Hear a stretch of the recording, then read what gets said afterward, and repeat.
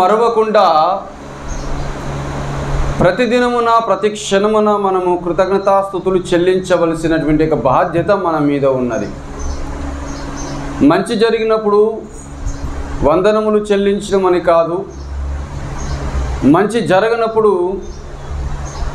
ఏమిటి నా పరిస్థితి అని దేవుని మీద సనుక్కోవడం కాదు, కానీ ఆయన మీద ఆనుకొని నడుచుకునేటువంటి ఒక మనస్తత్వము మనకి రావాలి.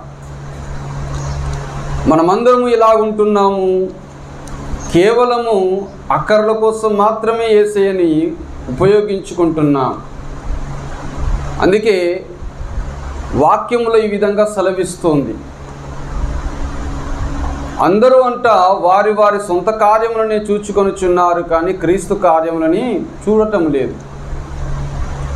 క్రీస్తుకున్నటువంటి ఒక ఆలోచన, క్రీస్తుకున్నటువంటి ఒక ఆలోచనలో తను చేయాలనుకుంటున్నటువంటి ఒక మంచితనమని మనమును గుర్తెరిగి ఉండి దాని ప్రకారముగా విధేయత చూపించుచు నడుచుకునే వారముగా జీవించాలి. ఈ దినమున వర్తమానములో నుంచి ఆసాపు రాసినటువంటి ఒక కీర్తన 73వ కీర్తనలో, ఆసాపు గారు రాసినటువంటి ఒక 73వ కీర్తనలో 25వ చరణముని ఒకసారి మనము ధ్యానించుకొని చూచినట్లయితే, ఆకాశమందు నీవు తప్ప నాకెవరున్నారు, నీవు నాకుండగా లోకములోనిది ఏది నాకు అక్కరలేదు. ఆసాపు గారు తన జీవితంలో ఒక అనుభవించవలసినటువంటి ఒక స్థితిని అనుభవించి రాస్తూ వచ్చినటువంటి ఒక మాట. అసలు ఆసాపు గారు అంటే ఒక లేవి గోత్రమునికి సంబంధించినటువంటి ఒక వ్యక్తి ఇతను. లేవి గోత్రీకులకి దేవుడే వారికి స్వాస్థ్యమే, కానీ వారికి సొంతగా ఒక స్థలము కానీ లేకపోతే ఆస్తులు కానీ సంపాదించుకునేటువంటి ఒక స్థితిని దేవుడు ఇవ్వలేదు. దేవుడు ముందుగానే చెప్పి ఉన్నాడు, నేనే వారికి స్వాస్థ్యమును అంటున్నాడు. అక్కడ సంఖ్యాకాండము 18వ అధ్యాయము 20వ వచనములో ఒకసారి మనము చూచుకున్నట్లయితే, సంఖ్యాకాండము 18వ అధ్యాయము 20వ వచనముని మనము చూచుకుందాం. మరియు యెహోవా అహరోనుతో ఇట్లనెను, వారి దేశములో మీకు స్వాస్థ్యము కలుగదు,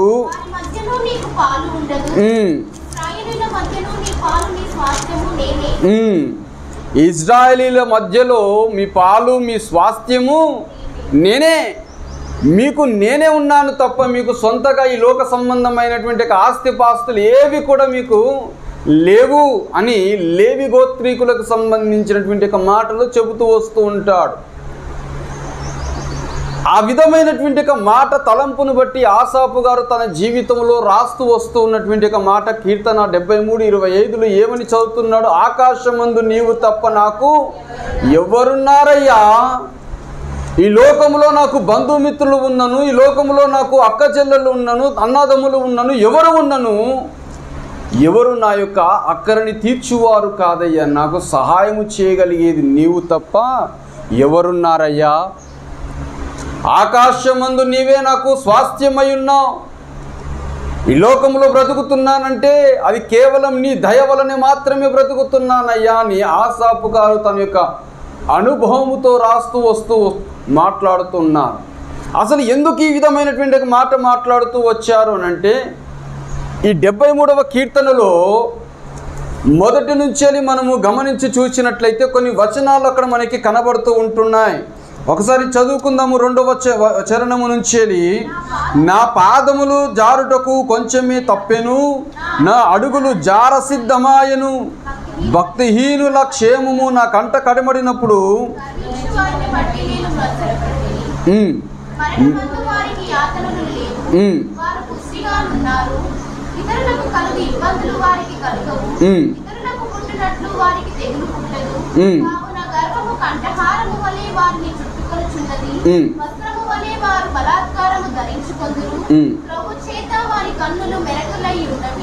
వారి హృదయాలోచనలు బయటకి కానవచ్చున్నవి.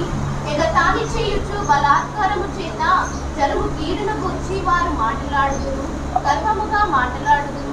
ఆకాశము తట్టు వారు ముఖము ఎత్తుదురు, వారి నాలుక భూసంచారము చేయును, వారి జనము వారి పక్షమున చేరును. వారు సమృద్ధిగా చేయుచు దేవుడు ఎట్లు తెలుసుకొనును, మహోన్నతునికి తెలివి ఉన్నదా అని వారను ఎంత. ఇవన్నీ కూడా ఆసాపు గారు తన యొక్క జీవితములో చూస్తూ ఆ యొక్క గర్వముతో కూడుకున్నటువంటి మనుషులని చూస్తూ తన మనసులో మత్సరపడుతూ వస్తూ ఉన్నాడు. మత్సరపడడం అంటే ఏంటి? ఈ మనుషులు ఎందుకు ఇలాగున్నారు? ఈ మనుషుల యొక్క గర్వము కంఠాహారము వలె ఉన్నది. ఈ మనుషుల యొక్క జీవితము ఎందుకింత గర్వముతో కూడుకున్నటువంటి ఒక స్థితిలో ఉండిపోయి ఉన్నది?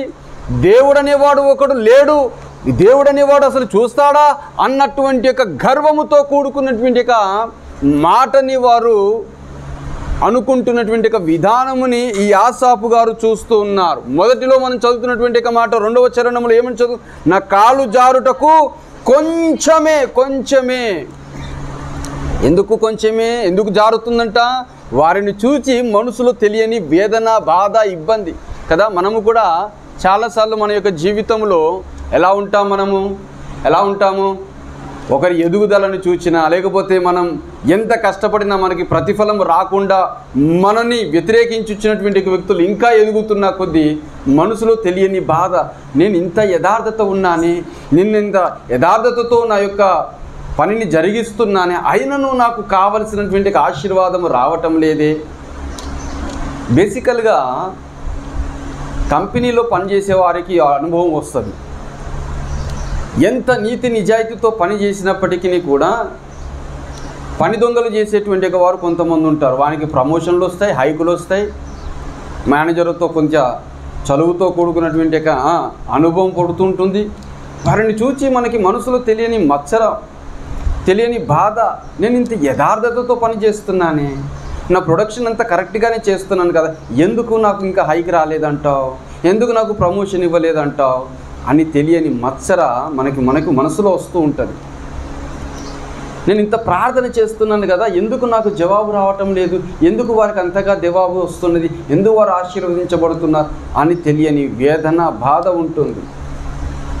అది అన్యులను చూచే కావచ్చు, లేకపోతే అబద్ధపు జీవితమును జీవించుచున్నటువంటి వ్యక్తుల యొక్క జీవితమును చూచే కావచ్చు. ఏదైనాను సరే మన మనసునకి తెలియని బాధ ఒకటి ఉండిపోతుంది. అదే ఆసాపు గారు తన యొక్క జీవితంలో 2వ చరణంలో రాస్తూ వస్తున్నాడు.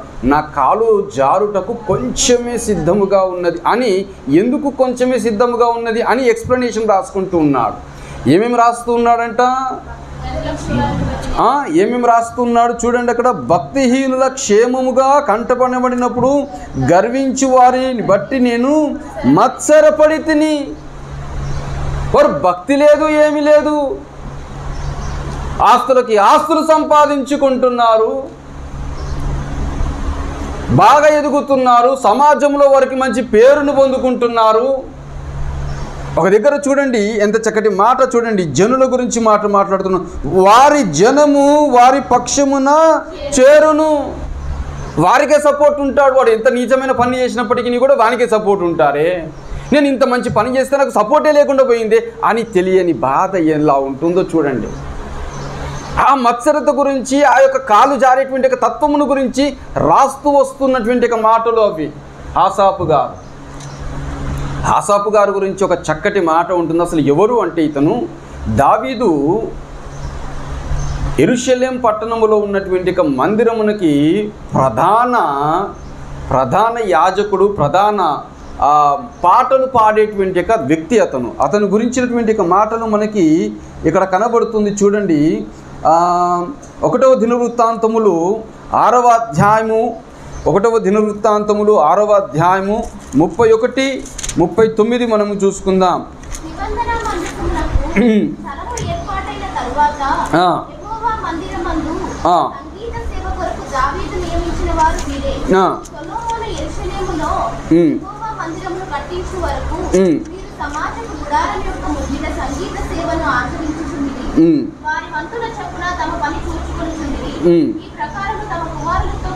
కనిపెట్టుకొనుచున్న వారెవరనగా కహాతీయుల కుమారులలో గాయకుడగు హేమాను, ఇతడు సమూయేలు కుమారుడగు యోబేలునకు పుట్టినవాడు.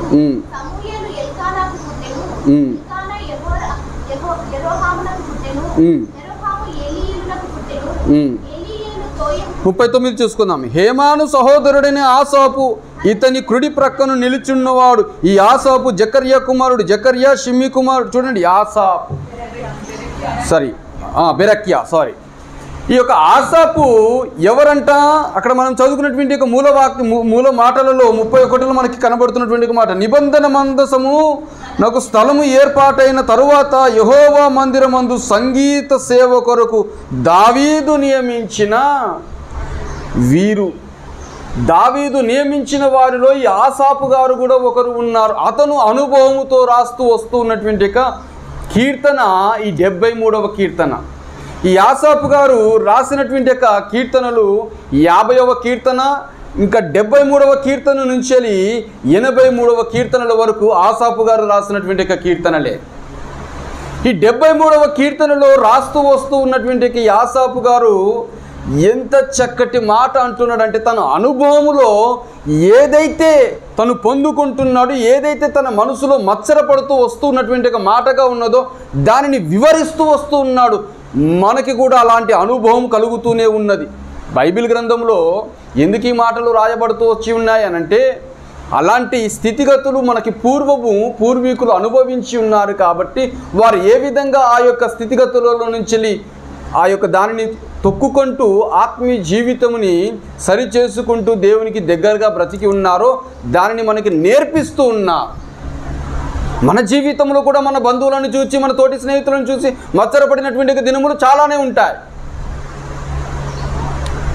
నేను ఏ రోజు ఎవరి గురించి నేను చెడ్డగా ఆలోచించలేదంటే నువ్వు అబద్ధం ఆడుతున్నావు. ఖచ్చితంగా నువ్వు ఏదో ఒక దినమో ఏ ఒక్క గురించో ఖచ్చితంగా నువ్వు ఆలోచించే ఉంటావు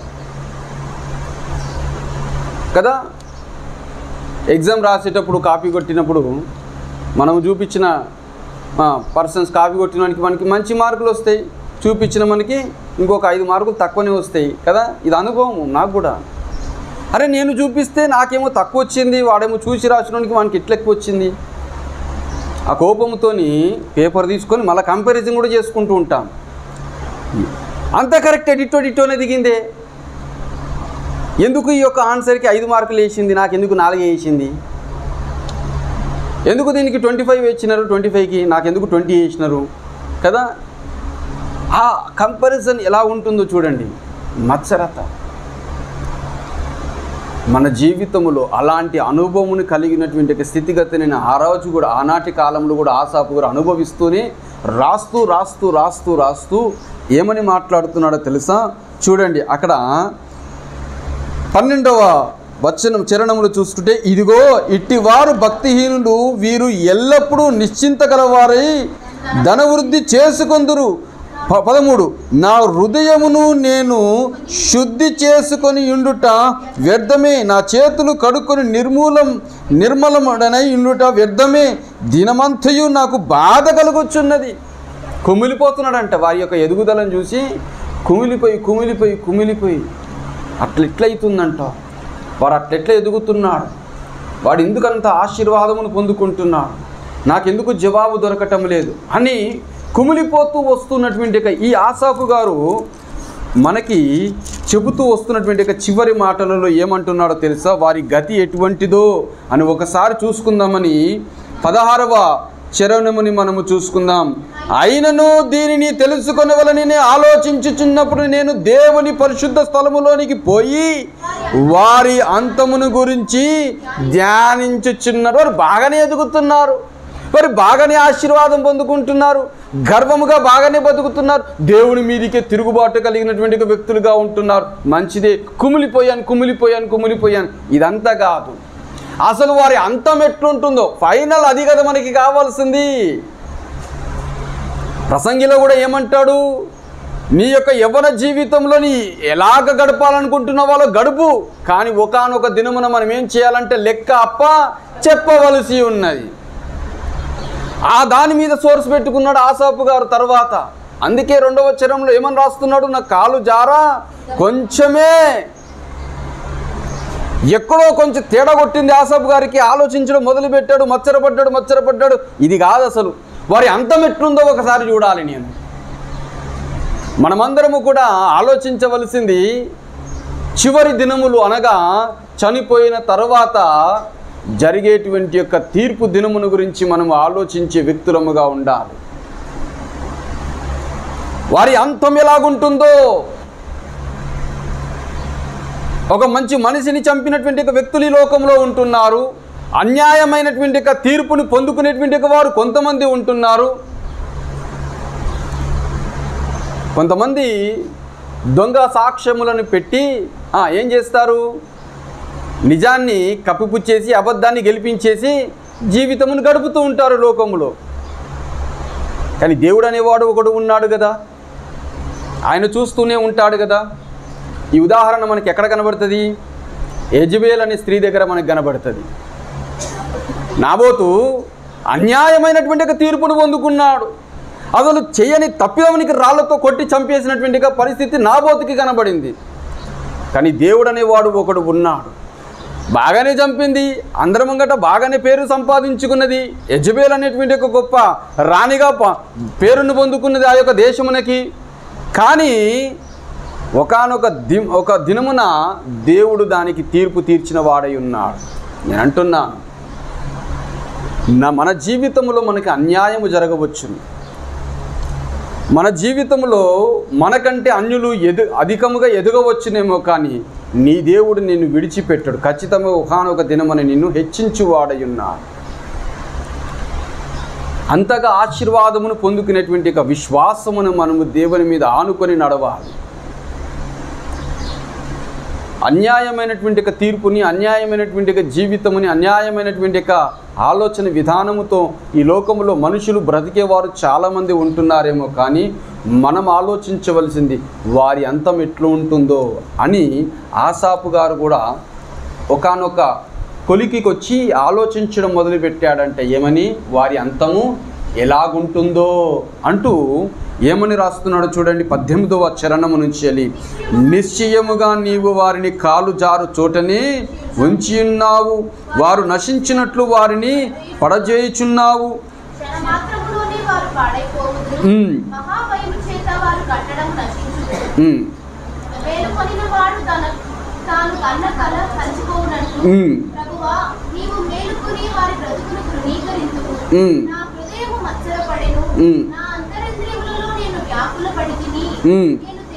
నేను తెలివి లేని పశుప్రాయుడనైతిని, నీ సన్నిధిని మృగము వంటి వాడనైతిని, అయినను నేను ఎల్లప్పుడు నీ యొద్దనున్నాను. నా కుడి చెయ్యి నీవు పట్టుకొని ఉన్నావు, నీ ఆలోచన చేత నన్ను నడిపించదు అంటూ 25వ చరణముని రాస్తూ వస్తున్నాడు. వారందరి ఆశీర్వాదమును చూసి ఒక దగ్గర మత్సరపడ్డాడు. మత్సరపడి ఏం చేశాడంట, వారి అంతం ఎట్లుందో ఒక మాట ఆలోచించాడు. వారిని ఎక్కడ పెట్టాడంటే వారందరినీ నిశ్చయముగా వారిని నాశనం అనేటువంటి చోటనే పెట్టి ఉన్నాను అనేటువంటి మాటను గ్రహించి, నేను ఎంత చెడ్డగా ఆలోచించాను అని తనకు తాను రియలైజ్ అయినటువంటి ఆసాపు గారు రాస్తూ వస్తున్నటువంటి 25వ చరణము, ఆకాశమందు నీవు తప్ప నాకు ఎవరున్నారయ్యా. మన జీవితంలో మనమందరము కూడా మనం అనుకుంటాము, నాకు నా బంధువులు కావాలి, నా యొక్క బిడ్డలు కావాలి, నా అన్నటువంటి ఖాందాన్ కావాలి అనేటువంటి వ్యక్తులు చాలామంది ఉంటారు. నా అనబడుతున్నటువంటి మనుషుల ఈ లోకంలో చాలామంది వెలివేయిచున్నారు. తల్లి మరిచినను తండ్రి విడిచినను నేను నిన్ను మరువను విడువను అనేటువంటి మాట ఉన్నది కదా. చిన్నతనంలో నేను మాట చదువుకున్నప్పుడు నాకు అనిపించింది, తల్లిదండ్రులు ఎట్లా మర్చిపోతారబ్బా, కన్నబిడ్డలే కన్నవారే కదా. అసలు వాక్యం ఏంది తప్పుగా ఉన్నట్టుంది, తల్లిదండ్రులు మర్చిపోతారా, వారు ఎంతో ప్రేమతో చూసుకుంటారు కదా అని అనిపించినటువంటి స్థితి ఆ చిన్నతనంలో నాకు ఉండేది. వాక్యం ఏమైనా తప్పు ఉన్నదేమో అని. రీసెంట్గా మనం చూస్తూనే ఉన్నాం వార్తలలో కదా, బిడ్డని విషమిచ్చి చంపడము, గొంతు పిసికి చంపడము, కాలువలో పడేయడము కదా, ఒక ప్రియుడి కోసమని చెప్పేసి వీరిద్దరిని చంపేయడం అని, ఎలాంటి స్థితిగతులతో కూడుకున్నటువంటి మాటలను మనం వింటూ ఉన్నాం. ఆసాపు గారు అంటున్నారు, నాకు ఆకాశం అందే కానీ భూమి అందే కానీ నీవు తప్ప నాకు ఇంకెవరున్నారయ్యా, the source and the supply నువ్వు మాత్రమే ఉన్నావు నాకు అని చెబుతూ ఉన్నా ఈ యొక్క ఆసాపు గారు. ఆ విధముగా ఈ కీర్తనకారుడైనటువంటి ఆసాపు గారు రాస్తూ ఉన్నటువంటి ఒక మాటలను బట్టి ఒక చిన్న ఉదాహరణ మీకు చెబుతాను. మైక్రోసాఫ్ట్ CEO గారు సత్యనాదెల్ల గారు మీకు తెలుసు అనుకుంటా కదా. సత్యనాదెల్ల గారికి ఏం తక్కువ అంటారు? ఏం తక్కువ ఉండదు కదా. శాలరీకి శాలరీ, ఇంటికి ఇల్లు, ఆస్తికి ఆస్తి, మంచి పొజిషన్ కదా. మనకి కంపెనీలో టీమ్ లీడ్ పొజిషన్ వచ్చినా, మేనేజర్ పొజిషన్ వచ్చినా 2 కొమ్ములు అనేది పెరుగుతూనే ఉంటాయి. ఈయన ఏకంగా CEO కంపెనీ ఆయన చేతుల మీద నడుస్తుంది. అంత హ్యాపీ లైఫ్గా ఉండవలసినటువంటి ఒక వ్యక్తి జీవితంలో తన యొక్క కుమారుడుకు బ్రెయిన్ అంటే మనిషి ఎదుగుతాడు కానీ బ్రెయిన్ ఎదగదనమాట. అలాంటి కుమారుడు పుట్టాడు, తనకి చనిపోయాడు. ఆలోచించండి, ఎంత డబ్బు ఉన్నా, ఎంత హోదా ఉన్నా, ఎంత ఆస్తి ఉన్నా, మనిషికి కావలసినటువంటి యొక్క జ్ఞానమునే కానీ, ఎదుగుదలనే కానీ, మనిషికి కావలసినటువంటి యొక్క స్థితిగతులనే కానీ ప్రతిదానిని ప్రొవైడ్ చేయగలిగేటువంటి వాడు ఒకడు ఉన్నాడు. ఆయన ఆకాశమందు ఉన్నాడు. మనకి కంటికి కనబడేటువంటి యొక్క ఈ దానిని చూసే మనము నిజమనుకుంటున్నాము, కానీ కంటికి కనబడినటువంటి దానిని ఒకటి గమనించాలి మనము. ఆ దానిని చూచినటువంటి వారు ఆకాశమందున్న వాడు ఒకడు ఉన్నాడు, ఆయన తప్ప భూమి మీదకి సప్లై చేయగలిగేవాడు ఇంకొకడు లేడు అని గ్రహించగలుగుతూ ఉంటాం. కంటికి కనబడేటువంటి ఆస్తిపరులని, కంటికి కనబడేటువంటి రాజకీయ నాయకులని, కంటికి కనబడేటువంటి గొప్పవారిని చూచి నాకు వీరు సపోర్ట్ ఉంది కదా అని మనం అనుకుంటున్నాము. వారిని కూడా దేవుడు దూరం చేసేస్తే నీకు ఇంకా ఎక్కడి నుంచి వస్తుందంటావు సోర్సు? నీ విశ్వాసము దేవుని మీద ఆనుకొని ఉండాలి. అబ్రహాము గారు తన జీవితంలో ఏం తక్కువ ఉందని, తనకి ఆస్తికి ఆస్తి ఉంది, పనివారికి పనివారు ఉన్నారు, గొర్రెలకి గొర్రెలు ఉన్నాయి, ఎడ్లు ఉన్నాయి, గాడిదలు ఉన్నాయి, ఒంటెలు ఉన్నాయి, అన్నీ ఉన్నాయి. కానీ ఒకటి కొదువుగా ఉన్నది, ఏంటి? సంతానము లేదు. 90 ఏళ్ళకి వచ్చాడు, సంతానము లేదు. సరే, ఏమన్నా ప్రాబ్లం ఉందా అబ్రహాము దగ్గర అంటే ప్రాబ్లం లేదు. అబ్రహాములో లోపం ఉన్నట్లయితే హాగరుకి కుమారుడు ఎట్లా పుడతాడు? మరి దేవుడు తాను చెప్పినటువంటి మాట ఏమన్నాడు? నేను నీ సంతానముని ఇసుక రేణువుల వలె చేసేదను, ఆకాశపు నక్షత్రముల వలె, ఇసుక రేణువుల వలె లెక్కింపలేనటువంటి ఒక సంతానముగా నేను నిన్ను చేసేదనని చెప్పి ఉన్నా. అది విశ్వసించినటువంటి అబ్రహాము గారు ఎంత గొప్ప విశ్వాసమునకి మూలకర్తగా పితృడుగా ఉన్నాడు అని అంటే, ఒకానొక దినమనంటే యెహోవా తండ్రి అబ్రహాముని పిలిచి, అబ్రహామా, నీకు కలిగి ఉన్నటువంటి ఏకైక కుమారుణ్ణి నాకు బలిగా అర్పించుము అనంటే నోరు మెదపలేదు, నోరుతో మాట్లాడలేదు. చిత్తము ప్రభువా అన్నాడు. ఉదయమునే లేచాడు, గాడిదలని సిద్ధపరిచాడు, పనివారిని సిద్ధపరిచాడు, కట్టెలను సిద్ధపరిచాడు, కుమారుని పట్టుకొని వెళ్తున్నాడు. కుమారుడు అడుగుతూనే ఉన్నాడు, ఏమని? తండ్రి, బలి అర్పించడానికి కట్టెలు ఉన్నాయి, కత్తి ఉంది, మంట ఉంది, అన్నీ ఉన్నాయి, కానీ గొర్రె పొట్టేలు లేదు కదా, బలి అర్పించడానికి ఏమీ లేదు కదా అనేటువంటి ఒక మాట మాట్లాడితే అబ్రహాము గారు అంటున్నాడు, యెహోవా చూచుకొను. ఎంత విశ్వాసము చూడండి. ఆ యొక్క కొండ మీదకి వెళ్తున్నటువంటి సందర్భంలో కూడా పనివారిని అక్కడ ఆపేసి ఏమంటున్నాడు? అక్కడ ఏమని మాట్లాడుతున్నాడు? మీరు ఇక్కడ నిలవండి, నేను నా కుమారుడు వెళ్ళి దేవునికి బలి అర్పణ చేసి మరలా మేము తిరిగి వచ్చేదము అంటున్నాడు. అక్కడ వచ్చేదను అనలే. ఆలోచించండి, ఇంత విశ్వాసము ఎందుకు? దేవుడు ఒక మాట చెప్పాడంటే మాట తప్పనటువంటి ఒక వాడై ఉన్నాడు నా దేవుడు అన్న విశ్వాసం అబ్రహాము గారిది. చూడండి, ఆ విశ్వాసం మన దగ్గర ఉన్నదా? చివరి వరకు ఉండే విశ్వాసము కావాలి. మధ్యలో సోర్స్ కనబడేసరికి విశ్వాసం చూపించి కనబడకపోయేసరికి చల్లారిపోయి ఇట్ట కాదు విశ్వాసము. చివరి వరకు చూపించిన వాడు అబ్రహాము గారు. కొండ మీదకి ఎక్కారు, బలిపీఠముని కట్టారు, కట్టెలను పేర్చారు, కుమారుడికి చేతులు కడుతున్నాడు. కుమారుడు కూడా చూడండి నోరు మెదపకుండా ఎలాగుండిపోయి ఉన్నాడు. బలిపీఠము పెట్టినటువంటి ఇస్సాకు మీదికి కత్తి లేపిన వెంటనే దేవుని దూత వచ్చి ఏమని మాట్లాడుతున్నాడు, అబ్రహామా నీవు ఎత్తిన కత్తిని అట్లే ఆపేసే, ఆ కుమారుని చంపేది కాదు, నీ విశ్వాసం ఎంత గట్టిదో నాకు అర్థమైనదని దేవుడు మాట్లాడుతూ బలిపీఠము కోసం ఏర్పాటు చేసినటువంటి గొర్రె పొట్టేలును తెచ్చి అర్పించినటువంటి స్థితి. ఆకాశమందునటువంటి వాడు సమస్తమును చూచువాడై ఉన్నాడు, సప్లై చేయవాడు. నీ జీవితంలో నా జీవితంలో ఏది కావాలో ఆయన వైపు మన చేతులు చాపి మనం అడగవలెను.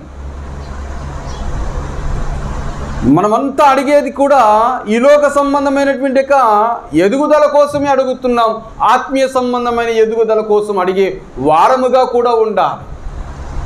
యేసు ప్రభువారు ఏమని చెప్తున్నాడు, మొదటిగా మీరు పైనున్న వాటిని వెదకండి. పరలోక రాజ్యంలో ఏమి జరుగుతుంది, పరలోక రాజ్యంలో ఏమున్నదో దానిని వెతికేటువంటి ఆత్మీయ మనసును మనము కలిగి ఉండాలి. అలా ఉంటున్నామా?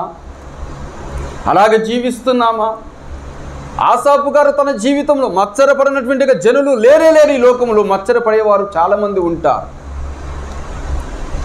కానీ తన కాలు జారుటకు కొంచెమే సిద్ధమాయను. కానీ వెంటనే ఆలోచించినటువంటి ఆసాపు గారు వారి యొక్క స్థితిగతులను గమనించినటువంటి వారిని ఎక్కడుంచాడంటే దేవుడు నాశనమునకి దగ్గరగా ఉంచాడంట.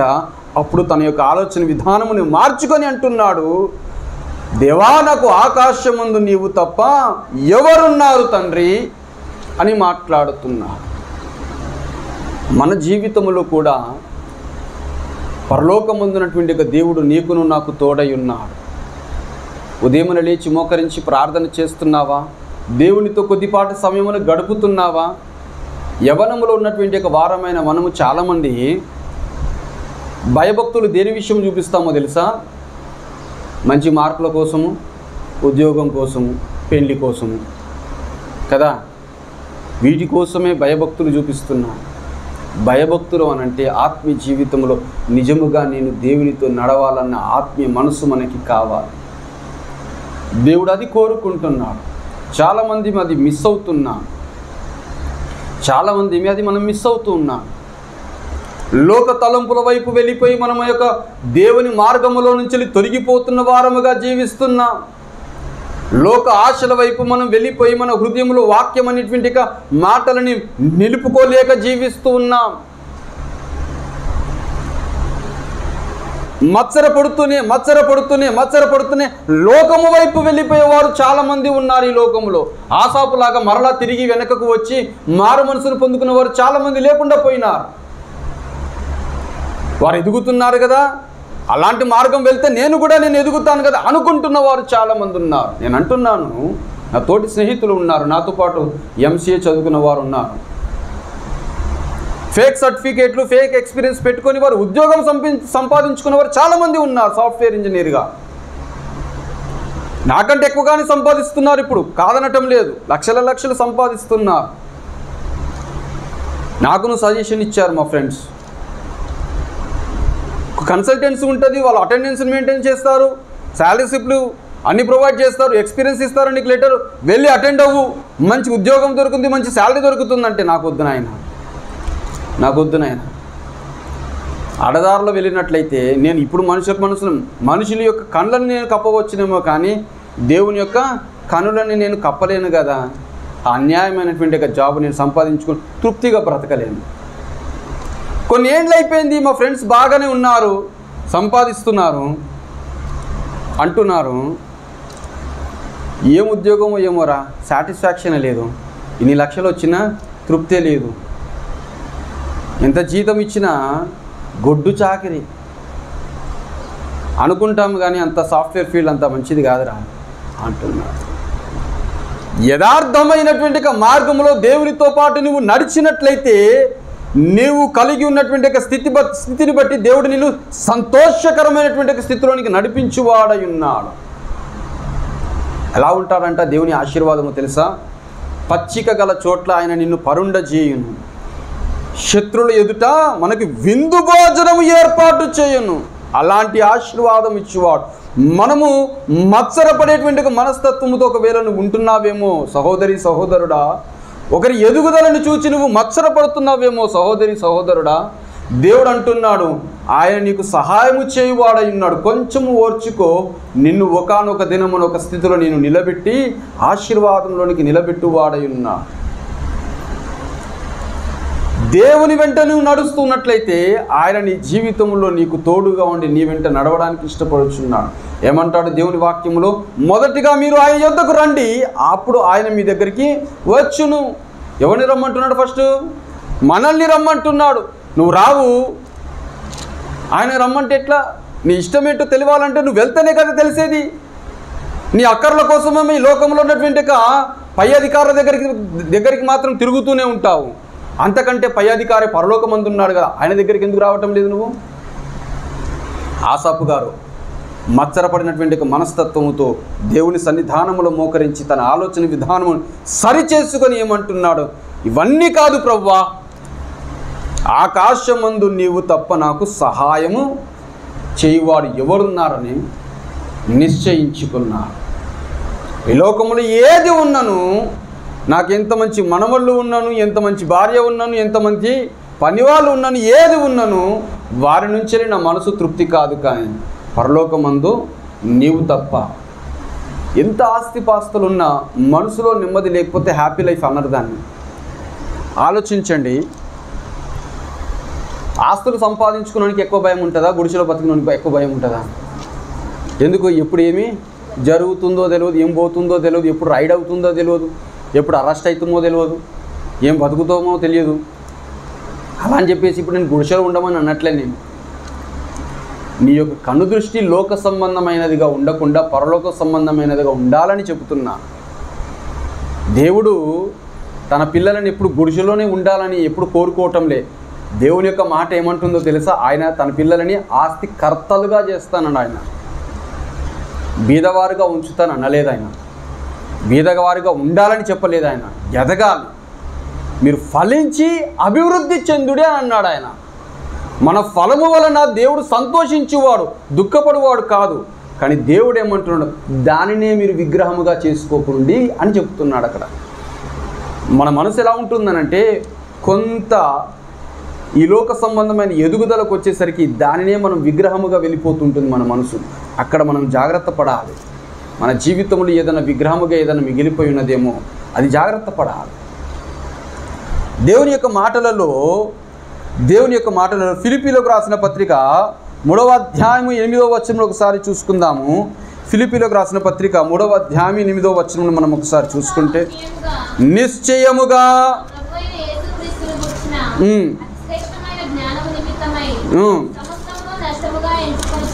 ఎంత చక్కటి మాట అండి. యేసుక్రీస్తు ప్రభువారిని గురించినటువంటి జ్ఞానమును సంపాదించుకోవడానికి సమస్తమును ఏమంటున్నాడు ఆయన? మనం నష్టంగా ఎంచుకుంటున్నామా? సమయమును స్పెండ్ చేయలేకపోతున్నాం. యేసు ప్రభువారిని గురించినటువంటి ఆలోచన విధానము మనకు లేకుండా పోతుంది. యేసు ప్రభువారు ఎందుకు చనిపోయారు, ఎందుకు వచ్చారు, ఎందుకు తన జీవితమును సమర్పించారు అన్న యొక్క విషయాన్ని తెలుసుకోవడానికి కూడా మనము సమయమును స్పెండ్ చేయలేకపోతున్నాము. ఏమంటున్నాడంటే అక్కడ తన యొక్క జీవితంలో ఫిలిప్పీలకు రాసిన పత్రికలో, నా ప్రభువైన యేసుక్రీస్తు నిమిత్తము గురించి జ్ఞానము నిమిత్తము, అతి శ్రేష్టమైన జ్ఞానము నిమిత్తము సమస్తమును నేను నష్టముగా, సమస్తము తన గురించి నేను స్టడీ చేయాలి, తన గురించి నేను బాగా తెలుసుకోవాలని ఫిలిప్పీలకు రాసిన పత్రికలో తను రాస్తూ వస్తున్నటువంటి ఒక మాట పౌలుగా.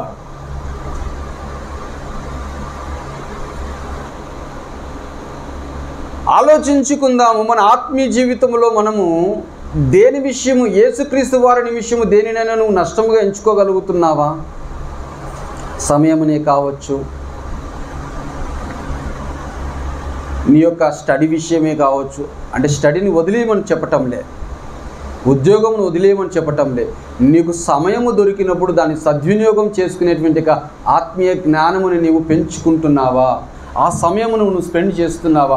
ఆసాపు గారు తన జీవితంలో చెబుతూ వస్తున్నటువంటి ఒక మాట, నీవే నా సప్లైవి, ఆకాశముందు నీవే, ఈ లోకంలో నాకు ఎన్ని ఉన్నా అది సంతోషమునివ్వటం లేదు.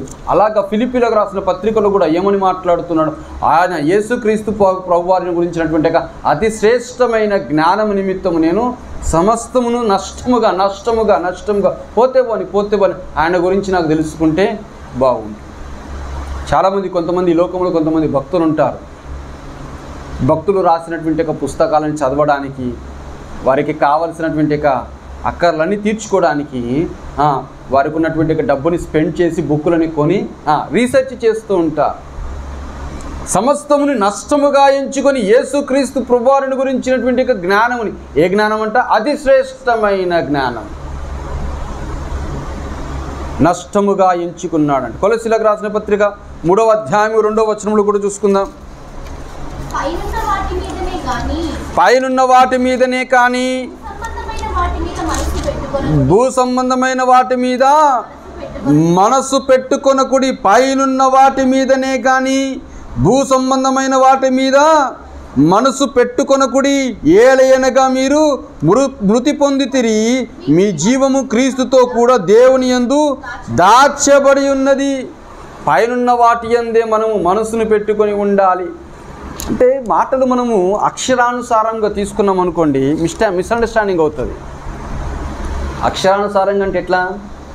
పైనున్న వాటిని వెతకమన్నాడు, దేవునితోనే నడవమన్నాడు అంటే ఏంటి? ఈ లోక సంబంధమైన దాని అంతటిని కూడా ఇంక వదిలిపెట్టేసేయాలి, సన్యాసంలో కలిసిపోవాలి. దేవుని మాటలు అది కాదు దాని అర్థం. లోకములో బ్రతుకుతున్నటువంటి వారమైన మనము దేవుని గురించినటువంటి జ్ఞానమును సంపాదించుకుంటూ దేవుని గురించినటువంటి భయభక్తులు కలిగి లోకములు బ్రతుకువారముగా ఉండాలని దాని అర్థము. అంతేకాని మొత్తం మీ లైఫ్ని ఇంకా స్పాయిల్ చేసుకునేటట్టుగా వదిలిపెట్టేసి ఆయనతో పోతే నడవాలని చెప్పేసి ఓ ఉద్యోగం చేయకుండా జీవితముని ఏదో ఒక 10/10 రూమ్లో గడుపుతున్నట్టుగా, ఒంటరిగా జీవితంని గడుపుతున్నట్టుగా కాదు దాని అర్థము.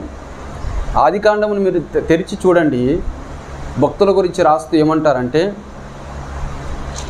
హానోకు ఇన్ని సంవత్సరములు గడిపెను, దేవునితో నడిచెను అని ఉంటుంది. చదువుకుందామా ఒకసారి మాటలు చదువుకుందామా? మీకు చక్కటి మాటలు మనం తెలుసుకుందాం. ఆదికాండము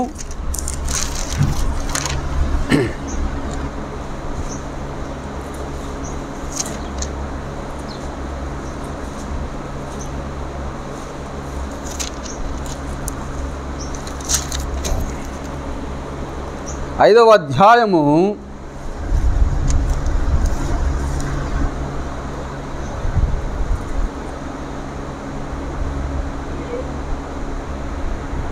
21 చదువుకుందాం. హానోకు 60 ఏండ్లు బ్రతికి మెతుషెలాను కనెను. హానోకు మెతుషెలాను కనిన తరువాత 300 ఏండ్లు దేవునితో నడుచుచు దేవునితో నడుచుచూనే కుమార్తెలని కన్నాడు. అనగా లోక సంబంధమైనటువంటి భార్యని ప్రేమించుచూనే, పిల్లలని కంటూనే దేవునితో ఇష్టముగా నడిచిన వాడుగా ఉన్నాడు. ఎన్ని సంవత్సరాలంట? 300. మనకు ఒక సంవత్సరం నడిచినవంటే మనంత కిరీటం పెట్టుకున్నాడు ఇంకోటి ఉన్నాడు అన్నంత ఫీలింగ్ ఇస్తామని కదా. జరంత పరిశుద్ధాత్మ నింపుదల వచ్చిందంటే చాలు, ఇక దానంత కిరీటం ఇంకోటి లేదన్నట్టుగా బిహేవ్ చేస్తుంటాం. చూడండి అక్కడ ఎన్ని సంవత్సరాలు, 300 సంవత్సరములు దేవునితో నడుచుచు కుమార్తెలని కనినవాడుగా ఉన్నాడు. కాబట్టి దేవుడు హానోకుని కొనిపోయాడు. అబ్రాహాముని గురించి కూడా అలాగే ఉంటుంది, నోవాహు గురించి కూడా అలాగే ఉంటుంది కదా. దేవునితో నడిచిన వాడుగా ఇన్ని సంవత్సరములను ఉంటుంది. నేనేమంటున్నాను, వాక్యముని నీవు అక్షరానుసారంగా తీసుకుంటే అది నిన్ను దూరం చేస్తుంది. కానీ ఆత్మీయానుసారమైనటువంటి మనసును కలిగి దేవునితో నడిచినట్లయితే అది నీకు అర్థమవుతుంది. ఉదాహరణకి విత్తువాడు విత్తనములను అనేటువంటి ఒక ఉదాహరణ చెప్పాడు కదా. దేవుడు దానిని ఆత్మీయానుసారమైనటువంటి అర్థముతో ఏమని చెప్పాడు? విత్తనము దేని గురించి ఉంది? వాక్యం అనే విత్తనము గురించి ఉన్నది. నేల గురించి చెప్పాడు. ముళ్ళ తుప్ప నేల ఒకటి, గట్టి నేల ఒకటి, రాతి నేల ఒకటి, మంచి నేల గురించి ఒకటి, సారవంతమైనటువంటి మంచి నేల కూడా ఒకటి చెప్పాడు. ఆ నేల ఏంటంటారు? హృదయం అనే నేల గురించి చెప్పాడు. నువ్వు ఇప్పుడు అక్షరానుసారంగా తీసుకుంటే నీకు అది వాక్యము అర్థమే అవ్వదు. ఇంకా దేవుడు అనేవాడు నీకు అర్థం అవ్వడు. అక్కడ యేసుక్రీస్తు ప్రభువారు పరలోక సంబంధమైన మాటలు ఏవైనా నువ్వు చెప్పినప్పటికీ కూడా అవి ఆత్మానుసారమైనటువంటి అర్థవంతముగా ఉన్నటువంటి మాటలే కానీ లోక సంబంధమైనటువంటి అక్షరానుసారమైన మాటలు కావు దేవుడు చెప్పినవి. ఇంకొక ఉదాహరణ, ఈ దేవాలయముని మీరు పడగొట్టి చూడండి, 3 దినములలో నేను తిరిగి కట్టేదను అని అన్నాడు, లేపేదను అన్నాడు, తిరిగి లేపేదను అని అన్నాడు. ఏ దేవాలయము? అక్కడున్న వారు ఏమనుకున్నారు? ఇది యొక్క మందిరమును కట్టడానికి 20 సంవత్సరములు పట్టింది, నువ్వు సింపుల్గా 3 దినములలో లేపేస్తావా, కట్టేస్తావా, పడగొట్టని అంటున్నావు. దేవుడు ఏ మందిరం గురించి చెప్తున్నాడు? దేహం అనే మందిరమును గురించి చెప్తున్నాడు, దేహం అనే దేవాలయం గురించి చెప్తున్నాడు. ఏమంటాడు? మీ దేహము దేవుని దేవాలయమై ఉన్నది. ఆ దేవాలయం గురించి చెబుతున్నాడు ఆయన. నువ్వు అక్షరానుసారంగా తీసుకుంటే లోక సంబంధమైన కంటికి కనబడేదే ప్రతిదీ కూడా నీకు సత్యమని అనిపిస్తుంది. కానీ దేవుని యొక్క మాటలు అక్షరానుసారంగా కాదు, అది ఆత్మానుసారమైనటువంటి మాటలు. ఎందుకు? దేవుడు నరుని నాసికారంధ్రములలో ఊదినప్పుడు వాడు జీవాత్మయ పొందుకొని ఉన్నాడు, అక్షరానుసారంగా పొందుకున్నవాడు కాదు ఆయన. ఇవన్నీ కూడా నోటి మీదగా వచ్చినటువంటి యొక్క సృష్టి, మనము మాత్రమే ఆత్మానుసారంగా వచ్చిన వారంగా ఉన్నాం. అందుకే ఆత్మానుసారంగా ఉండాలి. దేవుని మాటలు ఇంకేమో చెబుతున్నాయి? నువ్వు దేవుని ఆత్మతో సత్యముతో. చూడండి, ఏదైనా సరే నువ్వు అక్షరానుసారంగా తీసుకుంటే నీకు వాక్యం అర్థమే అవ్వదు. అది లోక సృష్టినంతటిని కూడా మాట చేత సృజించాడు, అవి వింటున్నాయి. ఆత్మానుసారంగా సృజించబడినటువంటి మనము ఆ ఆత్మకి వ్యతిరేకంగా బ్రతుకుతున్నాం. ఎట్టా ఉందో చూడండి. కొన్ని కోట్ల సంవత్సరముల క్రితము సూర్యుడు సృజించబడి ఉన్నాడు, భూమి సృజించబడి ఉన్నది, సర్వసృష్టి సృజించబడి ఉన్నది. అవన్నీ దేవుని మాటలు వింటూనే వాటి యొక్క పని చేస్తూ ఉన్నాయి. మనం మాత్రము ఆత్మానుసారంగా పుట్టిన వారమైన మనము తిరగబడుతున్నాము. పని జరగకపోయేసరికి ఏం దేవుడో ఏం, ఆశీర్వాదం లేకపోయేసరికి ఈ దేవుడు ఏం వింటలేడు నా ప్రార్థన. ఇది కొంచెము ఓపికగా ఉన్నట్లయితే ఖచ్చితంగా దేవుడు నీకు సహాయము చేయువాడై ఉన్నాడు. నీ శత్రువులు నీ పాదముల దగ్గరకు వచ్చే వరకు నా కుడి పార్శ్వమున కూర్చోమని చెప్పి ఉన్నాడు యేసు ప్రభువుతో. పగ తీర్చుకున్నట్టే నా పని, హీ విల్ టేక్ కేర్. సమస్తమును దేవునికి ప్రార్థనలో అప్పచెప్పుతూ ఉన్నట్లయితే ఆయన జోక్యము చేసుకుంటాడు. నీ జీవితంలో ఏది కావాలి, ఏది నష్టపోయి ఉన్నావు. రోమీలోకి రాసిన పత్రిక 12వ అధ్యాయం 2వ వచనమును మనము చూసుకున్నట్లయితే, రోమా 12:2, మీరు ఈ లోక మర్యాదను అనుసరింపక ఉత్తమమును అనుకూలమును సంపూర్ణమునయున్న దేవుని చిత్తమేదో పరీక్షించి తెలుసుకున్నట్లు మీ మనసు మారి నూతన మగుట వలన రూపాంతరము పొందుడి అంటున్నాడు అక్కడ. ఈ లోక మర్యాదను అనుసరింపక. లోక మర్యాద ఏంటి? నా ఫ్రెండ్స్ ఇందాక సజెస్ట్ చేశారు లోక మర్యాద. ఏదది?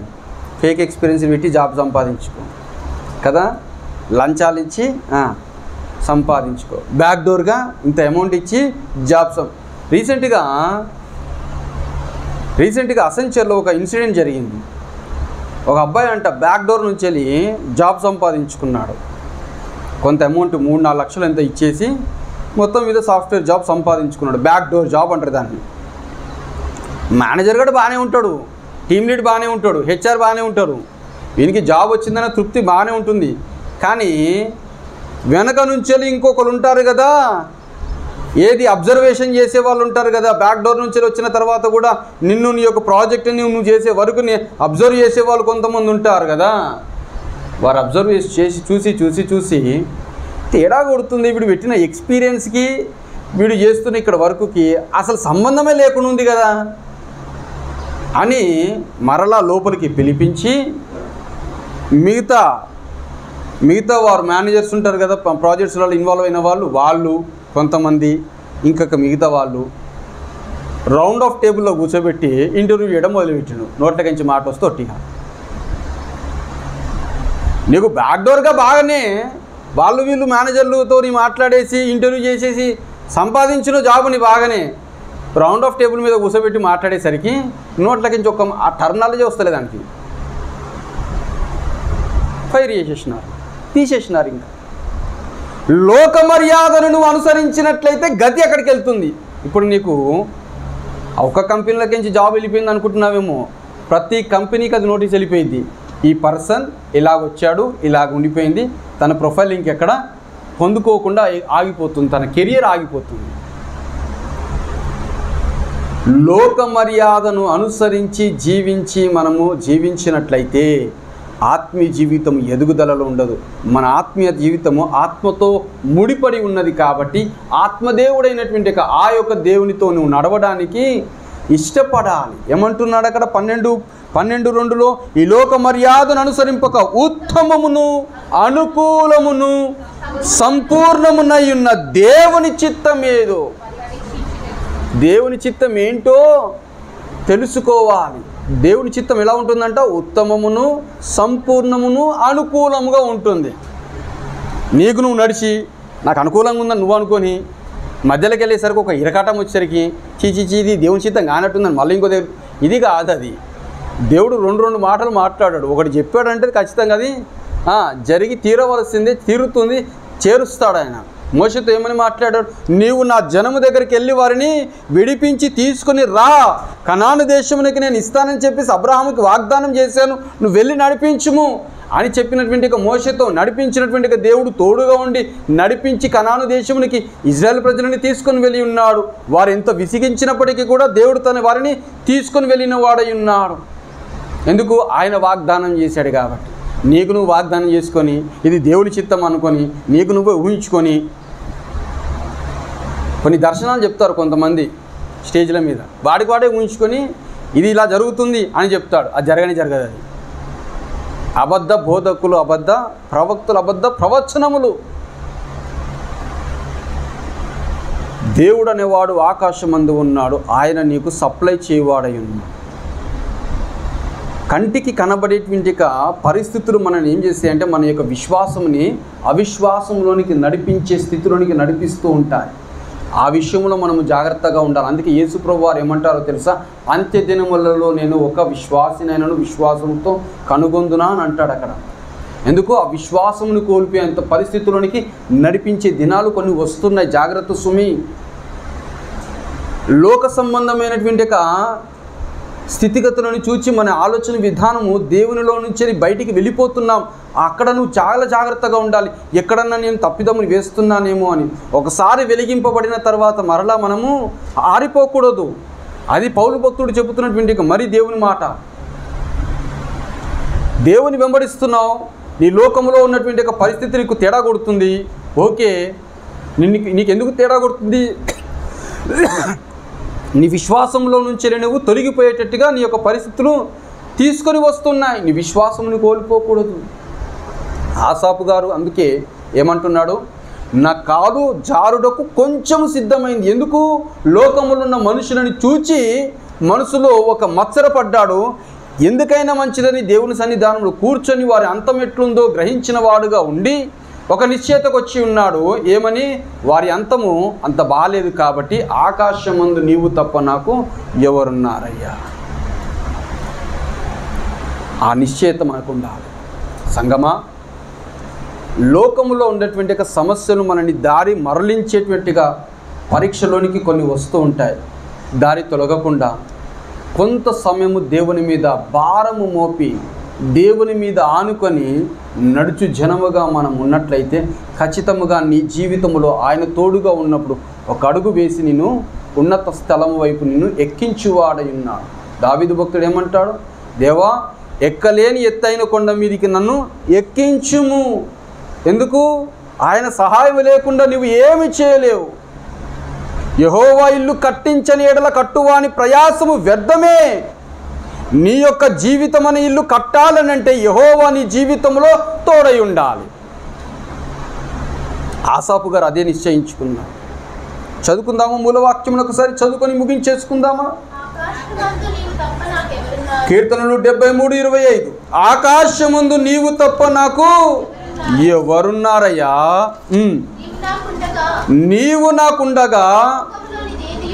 నీవు నాకుండగా లోకములోదేది నాకు అక్కర్లేదు. రారాజే మన వెంట ఉండగా చిల్లర దానికోసం ఏడుస్తామా ఇంకా మనము? ఆలోచించండి. ఇప్పుడు మొన్నటి దినం మనం వింటూ ఉన్నాం, మోడీ గారు ఏం చేశారంటే మిలిటరీ వాళ్ళకి ఫుల్ పవర్స్ ఇచ్చేశారు. ఏం మొత్తం వేసి పడేయండి రా. ఆయననే ఆజ్ఞ ఇచ్చాక ఇంకా సెకండ్ ఆజ్ఞ కోసం వెయిట్ చేస్తారా? వేసుకుంటూ పోతానే ఉన్నారు బాంబులని కదా. ఆఖరికి ఏమైంది? ఇక మా వల్ల కాదని సంధి చేసుకోవడానికి పాకిస్తాన్ వాళ్ళు ముందుకు వచ్చి ఇక చాలండ్రా బాబు, మీ మిజైళ్ళ ముంగట మా పని ఉట్టిదే అని అర్థం అయిపోయింది వాళ్ళకి. ప్రధానమంత్రియే మిలిటరీకి తోడుగా ఉండి ఒక ఆజ్ఞ ఇచ్చిన తర్వాత ఇంకొక ఆజ్ఞ కోసం వెయిట్ చేయరు కదా. అలాగా రారాజ్యం మన వెంట ఉండగా నీకు ఇంకా ఏ కొదువ ఉంటుంది? యేసుప్రభు వారు ఎంత చక్కటి మాట మాట్లాడుతున్నాడు అనంటే, లోకంలో సృజించబడినటువంటి పిచ్చుకలకి ఆహారం కోసము ఎంత శ్రద్ధగా వాటికి ఏది కావాలో దానికి అనుగ్రహించిన రీతిగా మీరు నా స్వరూపంలో పుట్టిన వారినై ఉన్నారు, నేను మిమ్మల్ని ఇంకా జాగ్రత్తగా చూసుకోనా అని అంటున్నాడు ఆయన. మనుషులకు అంత తెలివి ఉన్నదో లేదో కానీ పిచ్చుకలు వాటి గూడ్లను చూడండి ఎంత అందంగా కడతాయో. వుడ్ పేకర్కి దానికి ఉన్నటువంటి తెలివి దాందే, టైలర్ బర్డ్కి దానికి ఉన్న తెలివి దాందే కదా. ఒక్కొక్క పిచ్చుక ఒక్కొక్క రకముగా గ్రద్ద ఉన్నది. ఎత్తైన స్థలములలో దాని గృహముని నిర్మించుకుంటుంది. ఆలోచించుకుందాం. దేవుడు ఈ లోకములో సృజించినటువంటి జంతువులకి అంత జ్ఞానమునిస్తే ఆయన స్వరూపంలో ఉన్నటువంటి మనకి ఇంకెంత జాగ్రత్తగా చూసుకొని మనకి సహాయం చేయవాడై ఉన్నారు. అయ్యా తండ్రి తల్లి మీకు చెబుతున్న మాట ఒకటే, లోకంలో సమస్యలు నాకు వస్తున్నాయి, మీకును వస్తాయి. ఏజ్ను బట్టి, స్థితిని బట్టి, సందర్భమును బట్టి మనకి ఖచ్చితంగా ఏదో ఒక సమస్య ఎదురుపడుతూనే ఉంటుంది. ఎందుకు వస్తుంటుందంటే మన విశ్వాసములో నుంచే మనం తొలగిపోయేటట్టుగా కొన్ని సందర్భాలు వస్తుంటాయి. అక్కడ మనము తెలివిగా అడుగు వేయాలి. నీ కాలు జారిపోతుందేమో అన్న ఒక ఆలోచన విధానం నీ మైండ్లోనికి రావాలి, నీ మనసులోనికి రావాలి.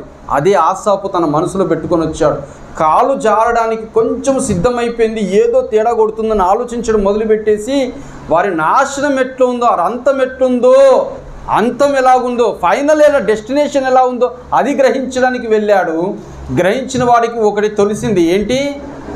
ఒకనాటికి వీరి యొక్క అంతము సరిగ్గా లేదు, కానీ నా అంతం అట్లా ఉండొద్దు అని ఒక నిశ్చయితలోనికి వచ్చి ఏమని మాట్లాడుతున్నాడు?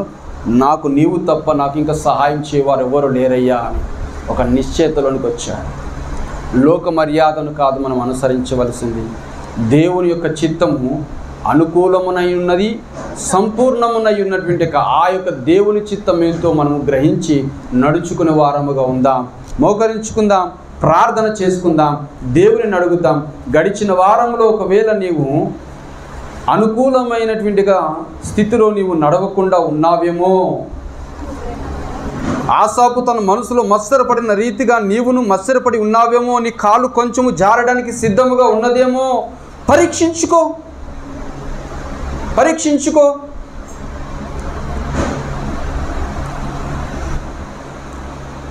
దయగలిగిన మా ప్రభువా, మహోన్నతుడైన మా తండ్రి, మాకు సెలవిచ్చినటువంటి వాక్యపు మాటలను బట్టి నీకు వందనములు. కీర్తనలు 73వ కీర్తనలు 25వ చరణములో ఆసాపు గారు తన యొక్క జీవితంలో ఒక కంక్లూజన్కి వచ్చిన వాడుగా ఉండి ఏ విధంగా తన అనుభవాన్ని మాకు తెలుపుతూ వచ్చి ఉన్నారు. నిజముగా ఆకాశమందు నీవు తప్ప మాకు ఎవరున్నారయ్యా? అల్ఫయు నీవే, ఒమేగయు నీవే, ఆదియు నీవే, అంతము నీవై ఉన్నావు. తండ్రి క్షమించండి.